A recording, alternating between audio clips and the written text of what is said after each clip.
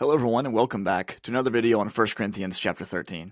I've received a few comments in posting these videos over the past 2.5 weeks that say something to the effect of, well, what does this look like in real time?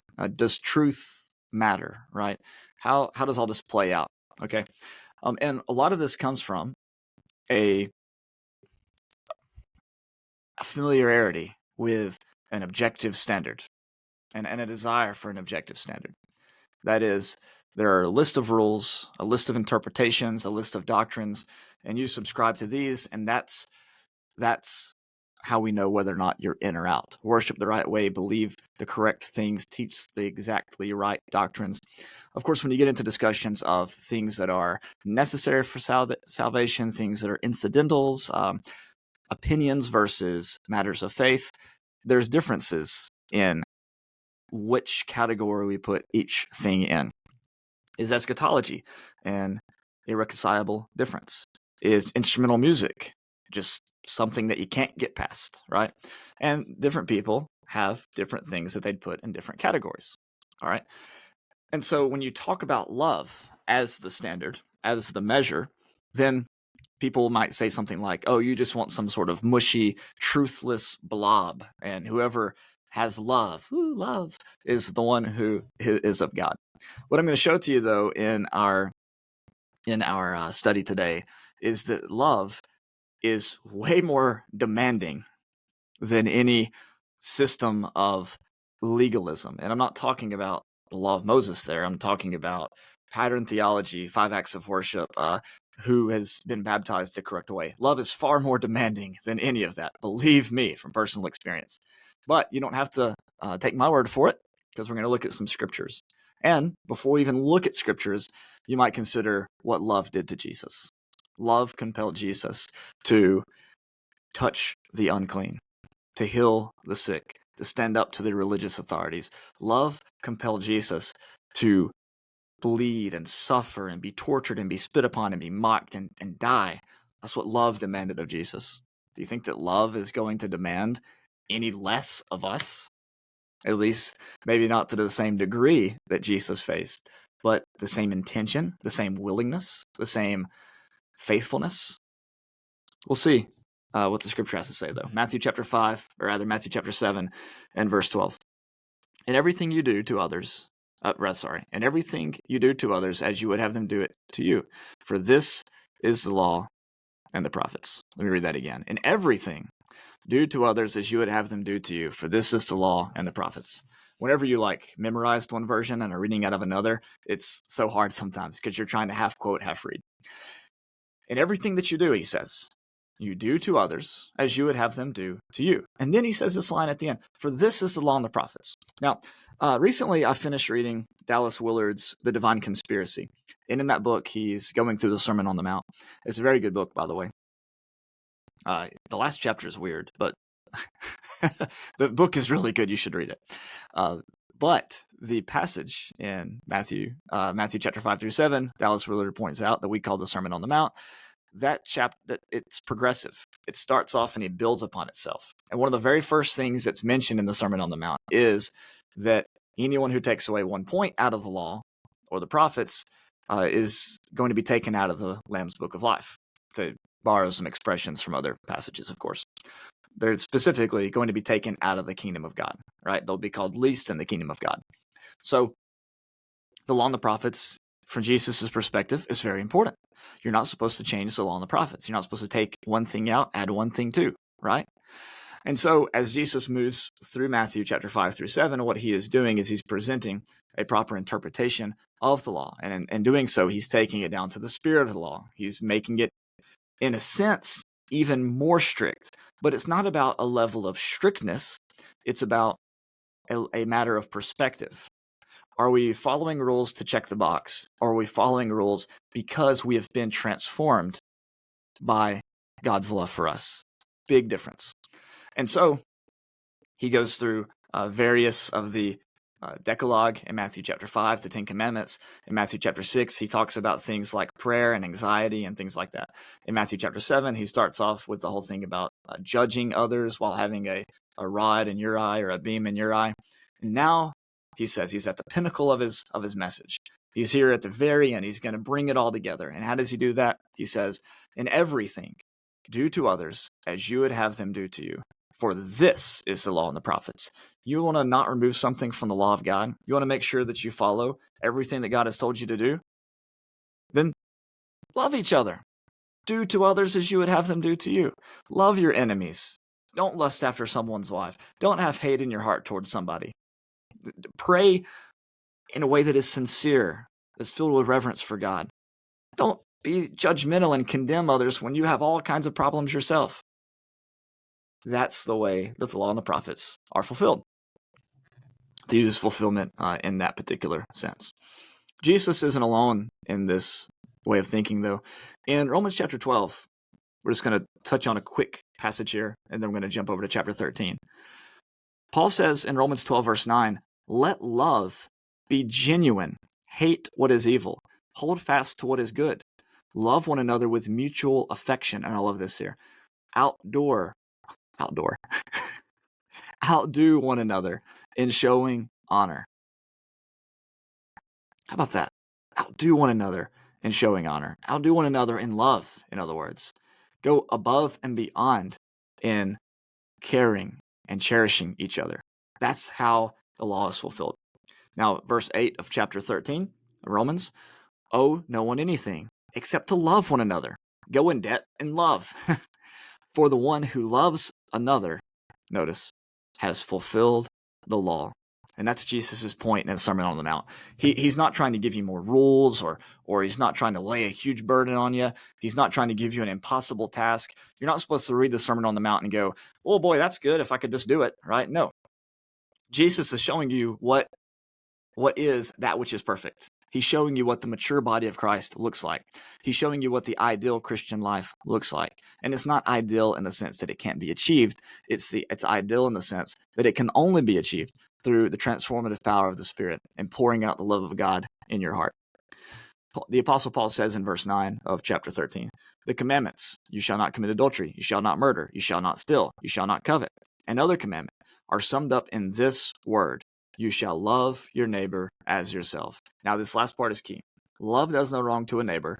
Therefore, love is the fulfilling of the law. Love fulfills the law. So you go back to 1 Corinthians 13, and you're looking at this passage, and you're going, what is he talking about here? Well, he says in verse 8 that love never ends. Love never fails. Why does love never fail? Because love is what every passage in the Old Testament is ultimately pointing to. The good, the bad, and the ugly. David messed up. Well, it's because David didn't walk in love. Moses made a mistake. Miriam made a mistake. It's because they didn't walk in love. Saul messed up his kingly rule. He didn't walk in love. The whole point of the scripture is to get us to Jesus. And Jesus' message to us is, as we're going to see in an upcoming video, that God is love. And so when we're reading 1 Corinthians 13 and he says, love never ends, but as for prophecies, they will come to an end. As for tongues, they will cease. As for knowledge, it will come to an end. Or when he says it in the last part of this passage, and now faith, hope, and love remain these three, and the greatest of these is love. What he's saying is, if you allow any of that to divide, to split up a church, to fracture the body of Christ, you've missed it, because love trumps all of that. Without love, prophecy, knowledge, tongues, they don't mean anything. Without love, faith and hope, worthless. Without love, correct doctrine, correct worship, correct interpretation, right perspectives on life is worthless. Because love is the fruit of the Spirit. Love is what happens naturally when someone is transformed by the Spirit of God. So, does things like correct interpretation and doctrine and all that matter? Sure. But if you don't have love, it doesn't. If you don't have love, none of that counts for anything. The only thing that counts, as Paul says in Galatians 5, is faith expressing itself in love. So, how does this play out in real time? Show me somebody that loves, and I'll show you somebody that has fulfilled the law.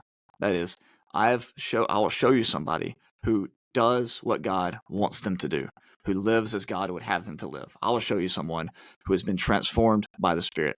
You give me a person whose faith in Christ expresses itself in love, And I'll show you someone who I can have a conversation with about doctrine. I'll show you someone who I can have a conversation with about anything, because I will have showed you someone who will try to outdo me in my love for them. Now, if we keep outdoing each other in love, not that it's a competition, right? Then this world would be awesome. The church would be awesome.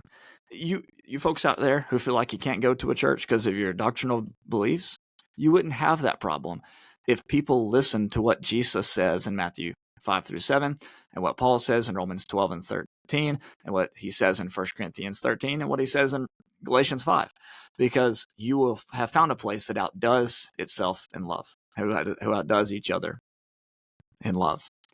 Imagine if the people speaking in tongues in 1 Corinthians 12-14 were so humbled by the love of God that they begged the people who had the gift of prophecy to go first. Oh, please go first. I insist. We need to hear what prophetic utterances you have from God. We need to hear it right now. Or they say, you pray, please pray. You who pray in the Spirit, please go first. You have a song, who have a song in the Spirit, absolutely, you're at the top of the list. And they say, and the person doing the prophecy would say, oh, no, my sister, I insist. You stand up and speak in tongues first and have brother so-and-so interpret that. That'd be wonderful. Oh, no. You see, it might be a little bit aggravating, right? But you get the mental image of people trying to outdo one another in love. Now, truth matters. Truth matters. But what is truth? When Pilate stood up and he said, what is truth? He wasn't talking about 5 acts of worship and 5 steps of salvation and getting his eschatology right and understanding the intricacies of pneumatology correctly, or having the correct soteriological pattern or understanding or method or whatever. What he's talking about and what John is trying to get us, because Pilate's asking that question on behalf of us as we're reading the book of John, right? The answer to that question is simple. Jesus said, I am the way, I am the truth, I am the life. Who is the truth? Jesus is the truth. Find somebody who preaches Jesus and who's bearing the fruit of the Spirit, which is love, and I will show you someone that I can have fellowship with. I don't care what denomination they're a part of. I don't care what their eschatology is. I don't care what their beliefs on the modes of worship are, or or how exactly they understand baptism. If they have the fruit of the Spirit, against such things there is no law. I don't make the rules. God made the rules when he had Paul pen that in Galatians chapter 5. And if their faith in Christ is expressing itself in love, we can talk about the eschatology. We can talk about methods of baptism. We can talk about whatever they want to talk about. But first, we're going to rejoice that we have found a brother or sister in Christ. John says in 1 John, whoever loves is born of God, right? And where God has a son or daughter, that's where I have a brother or sister. That's why getting that which is perfect correct in 1 Corinthians 13 is so important. I know I'm going a little bit long here. Let me make one additional point. Another awesome question was put in the comments, and I love all these questions. They're the best. One of them said something to the effect of, well, don't you have to understand, be able to interpret 1 Corinthians 13 to even be able to get to any of this? Let me explain. You don't have to spend time interpreting 1 Corinthians 13 because 1 Corinthians 13 is complicated. You have to take time interpreting these passages to understand God's will for us, because we have made it complicated by getting involved in the exact same thing that 1 Corinthians 13 was written to fix. If we listen to the words of Jesus, he gave them 2 commandments. So what's the greatest commandments? Well, here they are. To love God with all your heart, to love your neighbor as yourself. Upon these hang all the law and the prophets. Now, if we just understood that, if we just listened to that right there, all of our problems would be solved. We could work out the doctrinal stuff later, but we could start with unity in Christ based on mutual love for God, mutual love for neighbor. Now, I don't care who it is on this earth. If you find somebody that has that, you have found someone that I can have full fellowship with, irrespective of doctrinal differences or ideologies. All right. Okay, that'll do it for this one. Whew, love fulfills the law. That's a lot of fun. All right, we're going to hop off of here and go ahead and hit pause and hit resume recording and do the next one. See you tomorrow morning, 5 a.m. Bye-bye.